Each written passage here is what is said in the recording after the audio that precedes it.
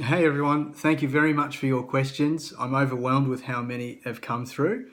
My name's Clint and I'm 35 years old and I've had a Fontan procedure conducted on me when I was 4. Still here, everything's okay. And I just wanted to take a moment and thank also ANZFAC for actually giving me the opportunity to assist anyone who needs it in terms of questions and answering. I'll do the best I can. We're going to do a series of videos. It's probably a little bit easier for people who need to know the answer right away instead of watching a long video. We'll just break them down in segments. So what I'll just say now, the itinerary for the videos that we'll do. Number 1 will be childhood, which is now. This is what we're going to be talking about. Number 2 would be exercise and managing sport involvement. Number 3 would be health system access and medical care, which is a really good subject. Number 4 is living with a congenital heart defect. And at number 5, there's 5 videos only, is how is parenthood for myself and future planning, which I must admit that last one's a curly one. It's tough. There's some very good questions here, and I thank everyone who sent them through. And I can only assume that these were all the questions that came through, and I'm going to answer all of them. Okay. So yeah, let's get it started. Childhood. The first question I have here is any early memories, and I think that we'll probably leave that one to last on this subject. Sorry, whoever asked that. I don't have names of who's asked questions, but I believe that answering the questions after them will actually answer that question in time. So the next one will be, do you have any recollection of a pacemaker or were you in hospital stay with a Fontan op? I don't have recollection of the pacemaker. I was probably too young to remember such, but I do remember my mum was always saying that before my pacemaker was installed, if you want to call it that, or applied to me, I was very tired. I was very lethargic. I could barely walk across one veranda to the other on the other side.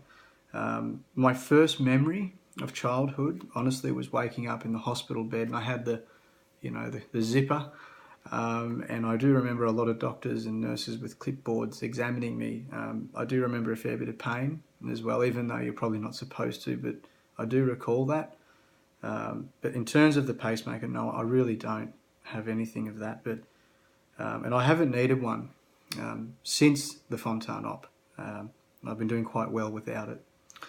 Did your parents treat you any different from your siblings, if any? Well, I do have siblings. Not did, though. That'd be rude, wouldn't it? I've got 2 older brothers, and they treated me differently because I guess I was from day one. The doctors had said to mum, and it was just mum, might I add, that to wrap him up in cotton wool and make sure he doesn't get sick. And if you get sick, don't go near him because he can't afford to get sick, which is pretty brutal for a mother to hear. My siblings treated me, I think, normally. Yeah, I mean, as time went on and when what you'll discover with me, I led a very normal, if you want to call it that, lifestyle. Sure, there was precautions with, like, we'd wrestle around and play about, but they made sure that, again, they didn't get too rough on me. But mind you, as we got older, it was sometimes we did, get amongst it. I guess personally, did they treat me differently? Yeah, they protected me, my brothers, as best they could, which was nice. I guess, I don't know, they felt they had to, but I think that was mainly because being that I was the youngest, they were naturally going to do that anyway. So the heart condition really wasn't the sole reason of why they were protective. So that's a good question there. How did your parents explain your condition, or how did you explain it at a primary school age? Very, very good question. There's a lot of answers in there, a lot of tangents I could take.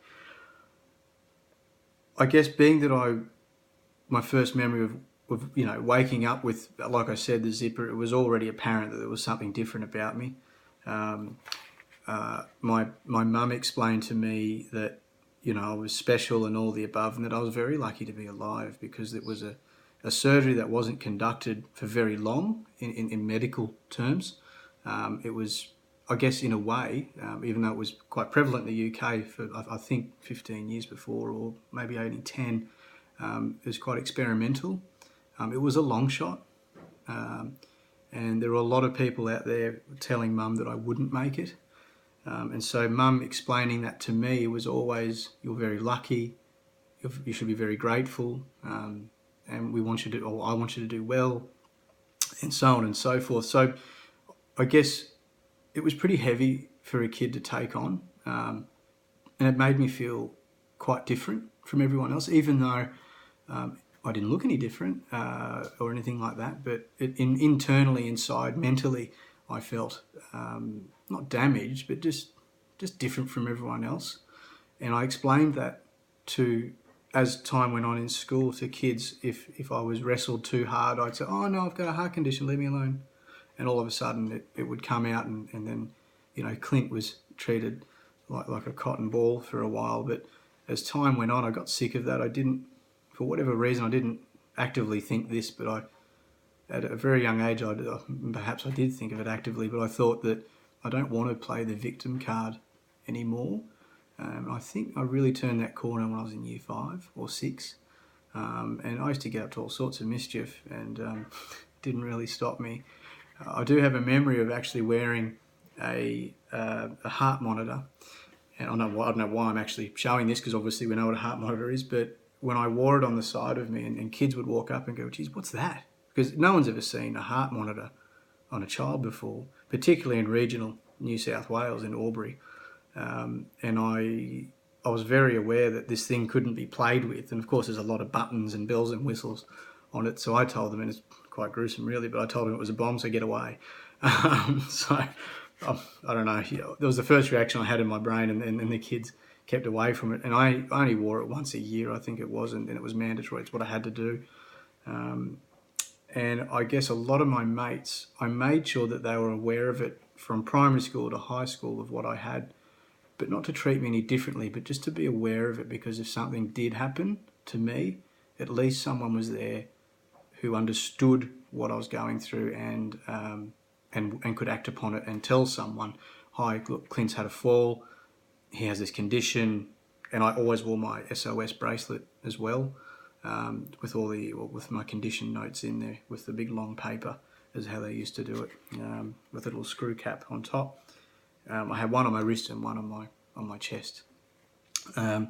Next question is, do you feel any different from your peers? Or did you feel any different from your peers in primary school? I think I just answered that. Not in one sense I did, but I really made sure I didn't feel differently. I just strived to be normal as best I could. Okay, next question is, how did you feel about your condition at high school? And did it influence your choice of studies or activities in any way? Yes, it did influence me. It really did. How did I feel about the condition going through teenage years, through that, that puberty stage, if you call it that, a bit of angst and all this, and girls? I was going through all that roller coaster at the same time. I had this condition, which I don't believe held me back, but again, I always felt a little bit different. It influenced my choice of deciding what I was going to do for work in the future. I had ideas of becoming pretty hands-on, and I'll be honest, my coordination's not that great anyway, so I'm glad I didn't do that. But it most certainly pushed me towards non-physical work life later on, and studies was difficult. I had, and I still do have, trouble concentrating on anything that I'm studying. For instance, on the computer or on paperwork in front of me, I've really got to take my time and take a breath and be slow. But I don't know if that's a relation to the warfarin that I take, or the condition itself, or maybe it's just my attention span's like a goldfish, which wouldn't surprise me. I've never really blamed the condition on that. There are subjects that I was very good at, and I grew up on a farm, as it's been said on the Facebook page there, and I was very good at agriculture. So, I could have pursued that quite easily, but I already knew what to do, so it was fairly boring by the time I was 16. I guess it did influence sporting activities, just making sure what I could and couldn't do, but I most certainly pushed the boundaries in sporting, which I'll touch on in another video, as I said before. And there's only one sport I didn't play, but I really wanted to, but there's a few reasons why, and I'll explain that afterwards in another video. Next question is, being in a hospital as a child, being in a hospital as a child can be challenging in many ways. How did your family support you and themselves throughout the congenital heart journey during childhood? For example, did they or you access mental health support, and what did they find most helpful? Yeah, so my mum, and I'll show this in the final video, I'm going to show it to, Mum wrote a diary, and she made a decision that throughout the whole process of what was happening to me and her, she made sure that she was recording everything as best she could, so she had a token to take with her if I did leave this world. But most importantly, she had hope that I was going to remain, and she wanted the story to be told and then passed to me, or it was a keepsake, and that book is very special. It's sitting here in the shelf, as a matter of fact, but I'll show you in the final video of what that's about.